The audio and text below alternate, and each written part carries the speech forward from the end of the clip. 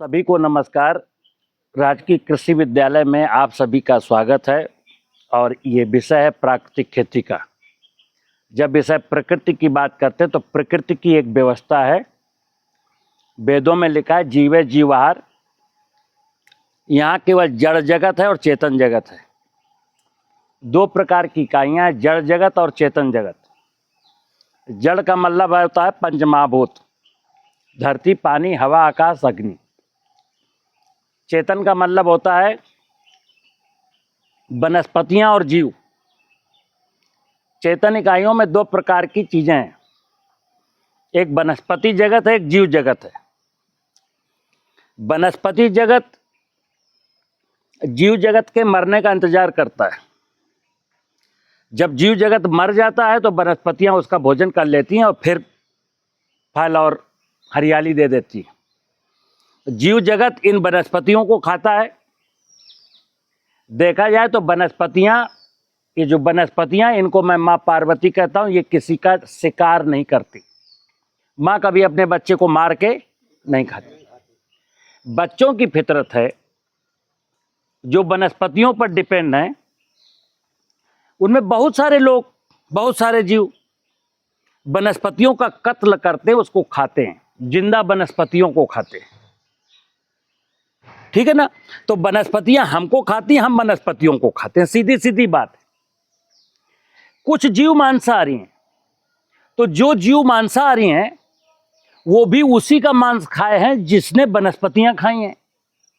यानी डिपेंडेंसी जीव की वनस्पतियों पर ही है, ले दे करके।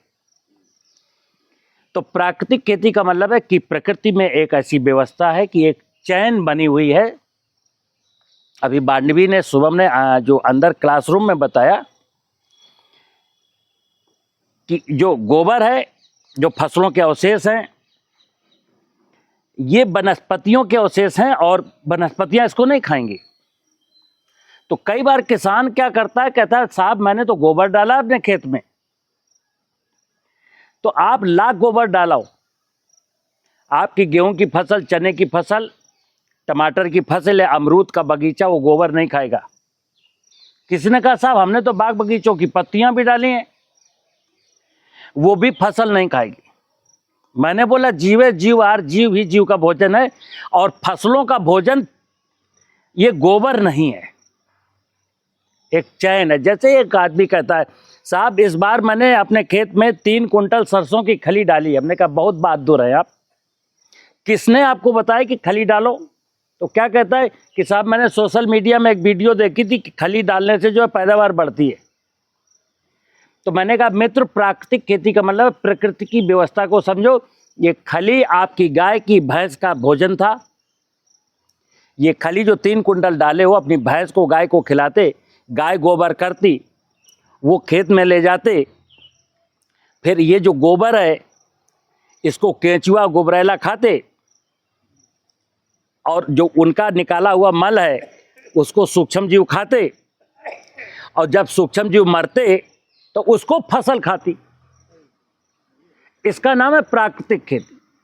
तो अंदर जो आपको बताया गया कि 2 चीजें हैं प्राकृतिक खेती में। खेत में एक तो बायोमास डालना, यानी कार्बनिक पदार्थ। जब मैं कहता हूं कि खेत में कार्बनिक पदार्थ डालना है, तो डालने के पहले यह सुनिश्चित कर लेना कि अगर मैंने मई जून के महीने में कार्बनिक पदार्थ डाला तो वर्षा में क्या कार्बनिक पदार्थ मेरा खेत में सुरक्षित है? क्योंकि कई किसानों की आज की तारीख में खेत की मेड़ तो नहीं है आपके पास, 4 ट्राली गोबर की खाद डाल के आए और 28 जून को अच्छा पानी गिरा तो राजा राम ने डाला था और लक्ष्मण राम के खेत में चला गया वो।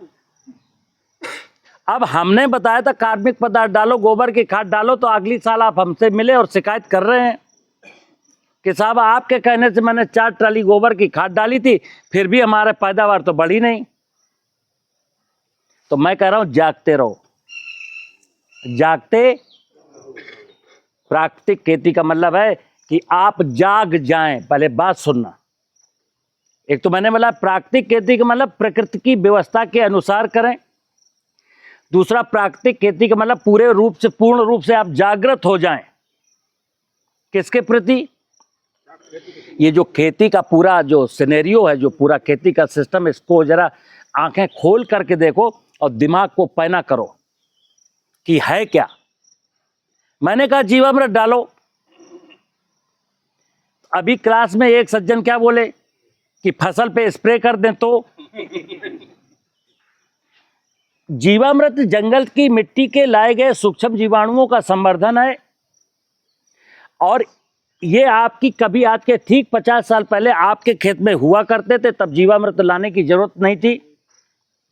लेकिन ये रसायन आधारित खेती में जब से हमने कीटों को और फफूंदों को और खरपतवारों को मारना शुरू किया, तो मैंने ढेर सारे प्रकार के पेस्टिसाइड डाले। उसके कारण जमीन में पाए जाने वाले जीवाणु मर गए। तो जब जमीन के जीवाणु मर गए तो मैं कहता हूं माँ धरती माँ, तो माँ मर गई। अब जब मर गई तो वो अपनी बच्चों को भोजन नहीं खिला पाती, उसके आंचल में दूध नहीं है। जो आप गेहूं चना मटर कुछ भी बोते हो तो वो भोजन नहीं दे पाती, तब आपको यूरिया डीएपी की जरूरत पड़ती है।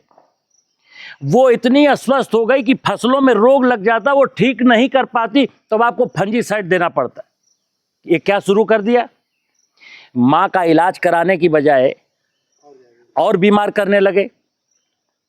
तो मैंने क्या बताया कि आज की तारीख में हम एग्रीकल्चर के सभी लोग, इसमें हमारे नीति निर्माता भी हैं, देश के सारे वैज्ञानिक भी हैं, देश के सारे अधिकारी भी हैं, और देश का संपूर्ण वो किसान जो बीडीसाइड, फंजीसाइड, इंसेक्टिसाइड खेत में डालता है, हम सब लोगों ने तय किया है कि हम भी जहर खा के मर जाएंगे और तुम भी जहर खा के मर जाओ। अब ये दुनिया बहुत बेकार हो चुकी है। तो मैं क्या कहता हूं, खेती से बड़ा कोई धर्म नहीं, खेती से बड़ी कोई पूजा नहीं। खेती यज्ञ, साधना, उपासना, आराधना है। खेती सुंदर सुनहरे कल का निर्माण है। और हम खेती में चंद पैसों के लालच के लिए क्या करने लगे, और लालच भी आपका पूरा नहीं हुआ। ये भी सुन लो, लोगों ने लाख आपको बताया होगा इससे आमदनी बढ़ेगी, इससे पैदावार बढ़ेगी, इससे आप लखपति बन जाएंगे, इससे सोशल मीडिया में जाएं तो जाने कितनी वीडियो पड़ी हैं कि एक इंजीनियर आया, 8 एकड़ जमीन ली और 5 साल में 6 करोड़ का बिजनेस खड़ा कर लिया। मित्र, खेती कभी किसी को करोड़पति नहीं बनाती। खेती आनंद का विषय है। खेती स्वस्थ जीवन देगी। खेती आपको आनंदित करेगी।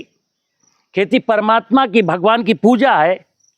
लेकिन हाँ, अगर आपने विधि पूर्वक परमात्मा की, भगवान की, प्रकृति की पूजा का उपक्रम पूर्ण कर लिया तो आपको भगवान कभी निराश नहीं करेगा। आप धनवान भी बन सकते हो, बना सकता है। राई को पर्वत करे, पर्वत राई मान। लेकिन हम प्रारंभ से भगवान के लिए, प्रकृति के लिए कुछ भी नहीं करेंगे, मुझे धनाढ्य बना दो। कैसे बना देगी प्रकृति धनाढ्य, जब प्रकृति खुद ही रो रही है। तो ये जीवामृत के पास मैं इसलिए लाया कि अंदर आपको जीवामृत बताया गया कि एक ड्रम लेना, मिट्टी लेना, इतना बेसन डालना, ऐसे, ठीक है। अब आपके सामने है। अब देखिए, ये जीवामृत है। ये जीवामृत का, इस जीवामृत में तो हमको भी नहीं पता, रियली है कि 12, 13, 14 साल पहले मैं 43 जंगलों का बैक्टीरिया ला करके इसको बनाया हूं। अब लोग कहते हैं इसमें ट्राइकोडर्मा डालने, जैसे जीवामृत मेरा ले गए लोग, घर में बना लिए, फिर हमको फोन करते हैं, साहब इसमें ट्राइकोडर्मा डाल देंगे तो और अच्छा हो जाएगा क्या। कोई कह रहा सूडोमोनास। हमने कहा भाई, हम जंगल से लाए हैं। जंगल में परमात्मा की संपूर्ण माया है, जिसको आज तक वैज्ञानिक जान नहीं पाए हैं, और ये अभी 1000 साल लगेंगे। परमात्मा की संपूर्ण माया को कोई जान नहीं सकता। इसमें ट्राइकोडर्मा भी है, सूडोमोनास भी है, बिवेरिया भी है, माइकोराइजा भी है। जो हम जानते हैं वो सब कुछ है, जो हम नहीं जानते वो भी है। तो अब आप अगर जीवामृत जंगल की मिट्टी का ले गए हो तो सीधे राम की माया ले गए हो। अब आपको किसी बेवकूफ़ी में नहीं फंसना। तो आप लोग सौभाग्यशाली हैं कि आप हमारे यहाँ से जीवामृत ले जा सकते हैं, फ्री मिलता है 2-2 लीटर। अदरवाइज इसी जीवामृत को, इससे खराब जीवामृत को इसमें मैंने कहा लाखों प्रकार के, हजारों प्रकार के, सैकड़ों प्रकार के माइक्रोब्स हो सकते, लेकिन लोग 3 प्रकार के माइक्रो ऑर्गेनिज्म मिला करके और इसको ये जीवामृत 1 लीटर 1700 रुपए का बेच रहे हैं और लोग खरीद रहे हैं, हम आपको फ्री दे रहे हैं। मुद्दा ये है कि आपके खेत में जो मैंने मारा है, समझो बात को, हम ये कहें कि आपने क्या मारा, हमें नहीं पता, क्या मर गया किसी को नहीं पता, लेकिन ये पता है कि जमीन की बहुत बड़ी माया, जमीन की बहुत बड़ी जिंदा दिली, जो मांडवी शुभम अंदर बोल रही थी कि जमीन के बायोलॉजिकल कैरेक्टर क्या क्या है, जैविक गुण। जैविक गुण का मतलब है इस जमीन में असंख्य प्रकार के जीवाणु रहते हैं जो पेस्टिसाइड डालने से नष्ट हुए। कौन नष्ट हुआ कौन बचा हमें नहीं पता, लेकिन ये तय है नष्ट हुए। तो जो नष्ट हुए हैं वो मैं जंगल से ले आया, इनको यहाँ प्रोपोगेट किया। प्रोपोगेशन में एक सिद्धांत है, जैसे अंदर आपको बोला गया ये 5 किलो मिट्टी ले लेना या मेरा 2 लीटर ले लेना, फिर इस ड्रम में 180 लीटर पानी भर देना और फिर इसको 5 किलो गुड़ 5 किलो आटा, 15 दिन के बाद 3 किलो गुड़ 3 किलो आटा, फिर 10 दिन के बाद 2 किलो गुड़ 2 किलो आटा, फिर 55 दिन 60 दिन तक ऐसे ही करते रहना। 60 दिन में 55 दिन में बन जाएगा। एक किसान कहता है साहब ये जो आपने क्या बताया था, आप 15 दिन के बाद 2-2 किलो, फिर 5 दिन के बाद 3-3 किलो, मैं भूल गया साहब फिर बताओ। तो अगली चीज मैंने क्या बताई, हमने कहा अगर तुम्हें भूलने की आदत हो तो फिर सुनो, आटा भी भूल जाओ, 2 लीटर मुझसे ले जाना, 180 लीटर पानी डाल देना और इकट्ठे 28 किलो चीनी डाल देना और 60 दिन तक कुछ मत बोलना। बस इस पंजे से ऐसा एक पंजा लेना और हर रोज सुबह उठ के इसको ऐसे से हिला दिया करना। बिल्कुल सरल हो गया। अब अगला क्वेश्चन करता है किसान, जैसे ये वीडियो आज बन गई, अभी हमसे कल जब ये वीडियो डालेंगे तो निरे लोग पूछेंगे सचान साहब एक बार आप कह रहे थे 5 किलो गुड़ 5 किलो आटा, आज की वीडियो में आपने कहा आटा भूल जाओ। बड़ी समस्या है। बेसिकली एक ये साइंस है, जीवाणु हैं, जीवाणुओं कुछ भोजन चाहिए और शुगर के रूप में भोजन लेते हैं। आटे को टूटने में अभी 30 दिन 35 दिन 40 दिन लगेगा। जब आटा टूट करके शुगर में कन्वर्ट होगा, नैनो पार्टिकल्स में जाएगा, तब बैक्टीरिया का भोजन बनेगा। अभी तो आटा किसी काम का नहीं है। तो मैंने क्या कहा, सरल कर दिया ना कि 200 लीटर के ड्रम में 180 लीटर पानी भर दो, जो मेरे यहाँ से ले गए वो डाल दो, या जंगल की मिट्टी से 5 किलो लाए वो डाल दो, और सीधे आप 28 केजी चीनी डाल दो और 55-60 दिन तक के लिए भूल जाओ कि 5 किलो 3 किलो 2 किलो, कोई कहानी नहीं, भूल जाओ, फॉरगेट हो गया ना काम। उसका रीजन है हमने अगर यहाँ 28 किलो इकट्ठे डाल दिया तो ऐसा कुछ थोड़ी बैक्टीरिया ज्यादा खा लेगा, उसकी तो एक औकात है ना, लिमिट है ना, वो अपनी लिमिट के अनुसार ही खाना खाएगा। लेकिन हाँ ये भी ध्यान रखना, एक हिमाचल के सज्जन, मैंने कहा इसको यूज कर लेना और फिर भी भोजन देते रहना, और जितना इससे निकालना लिक्विड उतना पानी भरते रहना। अब वो ये भूल गए इसमें पानी भरते रहना। अब उन्होंने इस 250 लीटर के ड्रम से 150 लीटर यूज कर लिया 60 दिन में, और 25 किलो चीनी फिर डाल दी। कितने में?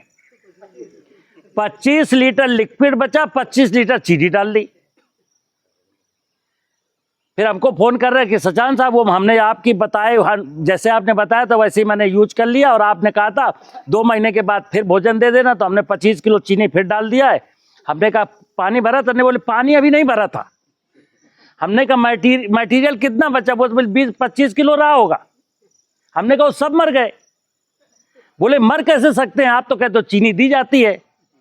मर ऐसे गए, चीनी की एक मात्रा है, लिमिट है। 200 लीटर वाटर में आप 30 लीटर मैक्सिमम दे सकते हैं। जब शुगर यहां ज्यादा हो जाएगा तो चीनी ऑलरेडी प्रिजर्वेटिव है, वो बैक्टीरिया को मार देती है।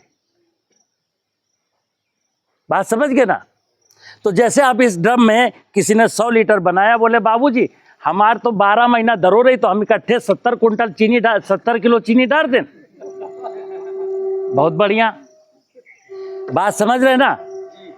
जीव को एक लिमिट में भोजन चाहिए, आप भूलें ना, इसलिए मैंने कहा 5 किलो डालो। और आपने कहा याद करना मुश्किल, तो हमने कहा इकट्ठे 28 किलो डाल दो। लेकिन 200 लीटर में आप डाल दो 28 किलो चीनी। और जब आप इसको 100 लीटर यूज कर लो, 100 लीटर पानी डाल दो, और 2 महीना ज़्यादा हो ही गए हुए, तो फिर आप 28 किलो डाल दो। और अगर याद कर सकते हो तो 28 किलो क्यों डालो, आप हर 15वें दिन जो है 10-10 किलो डालो, अरे केवल 7-7 किलो डालो, या हम कहते हैं हर रोज आधा किलो डालो, और दिन में 2 बार डालेंगे तो 250-250 ग्राम डालो। ये तो उनको आप डिसाइड करेंगे ना। जैसे कुछ लोग एक के दहिया फर के खा लेते हैं 24 घंटा खातिर फुर्सत, कुछ लोग कहा नहीं हम इकट्ठे नहीं, हमको 2 बार भोजन चाहिए, कुछ लोग 3 बार भोजन करते हैं। मुद्दा ये है कि आपके खेत में ये जीवामृत, प्राकृतिक खेती प्रारंभ करने का पहला सूत्र है कि जीवामृत ले जाना पड़ेगा। एक भ्रांति और है, हमने कई बार बोला है, गाय के गोबर में, गाय के पेशाब में वो जीवाणु नहीं होते जो जीवामृत बनाते हैं। गाय के पेट में जो जीवाणु थे, जब गाय ने गोबर किया, वैज्ञानिक उसको माइक्रोस्कोप में ले गए, उन्होंने देखा कि इसमें बहुत ज्यादा संख्या में जीवाणु हैं थे। लेकिन अब वो गाय के गोबर के जीवाणु इस नेचर में किसी काम के नहीं है। उनका रोल केवल पाचन की क्रिया तक में सहायक था, यहाँ उनका कोई क्यों, अगर वो उनका रोल होता है तो जब जहां आप गाय के गोबर निस्तारित करते हो सड़ता क्यों नहीं है, जहां गाय का गोबर डालते रहते वो सड़ता क्यों नहीं है। तो मैंने बोला बाजार में लोग अधकचरा ज्ञान लेकर के घूम रहे हैं, बिल्कुल, और उससे किसान मेरा जो है ना भ्रमित होता है। अभी एक सज्जन अंदर कह रहे थे कि तुम्हार मानन की उनके, तो मैंने कहा भाई आप एक ही की मानना, या मेरी मानना या उनकी मानना, दोनों की तो बिल्कुल मत मानना। 2 नावों पर पैर रख करके नदी पार नहीं की जा सकती। ये आपको समझना है कि क्या उचित है क्या अनुचित है। अब ये जीवामृत आपने मेरे यहां से 2 लीटर कल्चर ले गए, आपका 1.5 महीने 2 महीने में जीवामृत बन गया। अब इसका यूज कैसे करेंगे, फिर बता रहा हूं, 2 ही विधियां हैं। अगर आप जमीन में पलेवा कर रहे हैं और खेत समतल है, जब आपने ट्यूबवेल से नहर से पानी लगाया और खेत में 1 इंच 2 इंच पानी भर गया, तो इसकी 20 लीटर मात्रा एक बाल्टी में ले जाएं। मतलब 20 लीटर की एक बाल्टी यहाँ लें और 20 लीटर उसमें भरें, और एक ऐसा मग्गा लें, और 1 एकड़ जमीन में 40-45 जगह आप धीरे धीरे ऐसे छिड़काएं। पानी के साथ मूव कर जाएगा, बैक्टीरिया को जहाँ सेट होना सेट हो जाएगा, काम हो गया, जीवामृत चला गया।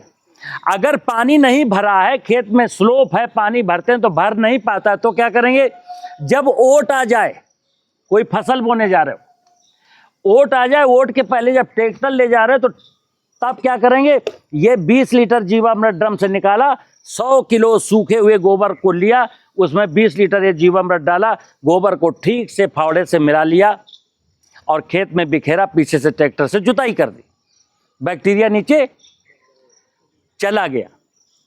2 विधियां इसको यूज करने की, खड़ी फसल में नहीं यूज करना। मैंने बोला भी सूखा, फिर तुमने नहीं सुनी। मैंने कहा 100 किलो सूखा गोबर।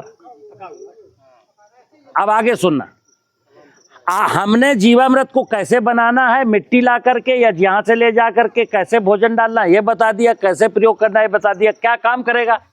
कई किसान के क्यों बाबूजी जीवामृत का है डाल रहे, जैसे का हो रहा हो, हम बता रहे हैं का हो रहा हो। डीएपी की शॉर्टेज है, अभी मैं कल टीवी में देख रहा था, कहीं लठ चल रहा था। भाई साहब, देश के किसी भी किसान को, किसी भी फसल में, किसी भी जमीन में अगर ये विज्ञान समझ में आता है तो 50 साल तक देश को ना डीएपी आयात करने की जरूरत है, ना किसान को खरीदने की जरूरत है। इतनी डीएपी रखी आपके खेत में। आप कभी वैज्ञानिकों से सुनना कि जो किसान डीएपी देता है उसकी 25 से 30% मात्रा क्रॉप ले पाती है, शेष वहीं अनसोल्यूबल फॉर्म में कन्वर्ट हो जाती। 20 साल से 30 साल से आप 1 कट्टा प्रति एकड़ में, 1 साल में 2 कट्टे 1 एकड़ में दे रहे हो तो 100 किलो दे रहे हो, और 20 साल से दे रहे हो अगर, तो 20 कुंटल आप डीएपी दे चुके हो, जिसमें से केवल 5 कुंटल डीएपी यूज हुई है। 15 कुंटल अभी भी पड़ी है, जो 50 साल तक अगर आप नहीं डालेंगे डीएपी तब भी आपकी पैदावार नहीं घटेगी। ये मेरी गारंटी है। बस जीवामृत बनाने में कोई कोताही नहीं बरतेंगे आप। अभी बात हो रही थी इसको छाया में रखें कि ड्रम में रखें, 2 बातें। इस सीजन में आप बाहर बनाओ ओपन धूप में, कोई फर्क नहीं पड़ता। गर्मी का सीजन हो और आज आपने 190 लीटर यूज कर लिया, 10 लीटर बचा है और तछती हुई दोपहरी में ड्रम बाहर रखा है, अब गलत हो जाएगा। क्यों? उस समय 49-50 डिग्री सेंटीग्रेड टेम्परेचर जाता है। अगर ये बन चुका है, मैच्योर है, फिर धूप में रखा रहे कोई फर्क नहीं पड़ता। लेकिन अभी मैच्योर नहीं था ना, बैक्टीरिया बहुत कम थे और आपका धूप में रखा है तो ये मर जाएगा। तो अगर अप्रैल मई जून की बात है, अप्रैल मई जून जुलाई, तो इसको छाया से स्टार्ट करना है। अब जैसे मेरे यहाँ धूप में रखा है तो मेरे यहाँ हमेशा मैच्योर है। अरे अभी आपका पता चला कि 50 लीटर इससे 50 लीटर उससे निकला, हमने फिर इसमें चीनी और डाल दिया और फिर पानी भर दिया, तो मेरा मैच्योर है ना, इसलिए मेरा धूप में भी जिंदा है। लेकिन आपका एक दिन आएगा कि मैच्योरिटी के बाद इमैच्योर भी होगा। जब आपने मैक्सिमम यूज कर लिया, नया पानी डाला, तो फिर उसमें कॉलोनी की संख्या कम हो जाएगी। तो इसका मतलब है फिर बफरिंग का काम नहीं कर पाएगा, फिर वो धूप से मर जाएगा। और जब उसकी 10 की पावर 7-8 की कॉलोनी हो जाती हैं, अब वो धूप में भी पड़ा रहेगा तो नहीं मरेगा। ठीक है ना? तो फायदा ये डीएपी नहीं देनी, potash, zinc, sulphur, manganese, copper कोई चीज नहीं देनी। लेकिन हाँ, प्रारंभ के 2 साल 3 साल तक यूरिया जैसे यूज करते थे वैसे यूज करते रहेंगे। क्योंकि नाइट्रोजन जो है चलायमान है, मन की तरह चंचल है। पानी ज्यादा होगा तो यूरिया घुल के नीचे चली जाएगी, खेत सूख जाएगा तो हवा में उड़ जाएगी, लेकिन और कोई तत्व उड़ता नहीं है, ना नीचे जाता है। यूरिया देनी है। जैसे कोई किसान डीएपी देता है, जिंक देता है, यूरिया देता है, तो उसने कहा, हमने कहा जिंक मत देना, डीएपी मत देना, यूरिया जैसे देते दे देना। और आप अगर 21 कुंटल फसल काटते थे तब भी 22 कुंटल काटोगे, 1 कुंटल ज्यादा भी काटोगे, 1 बोरी डीएपी भी बचा लोगे, ये मेरा वादा है। लेकिन इसके बनाने की विधि देख लीजिए। ये जो कलर है ना इस प्रकार का, यही कलर नियर अबाउट आपके यहाँ होना चाहिए। जब इसको सूंघोगे तो बहुत तीक्ष्ण बदबू आएगी।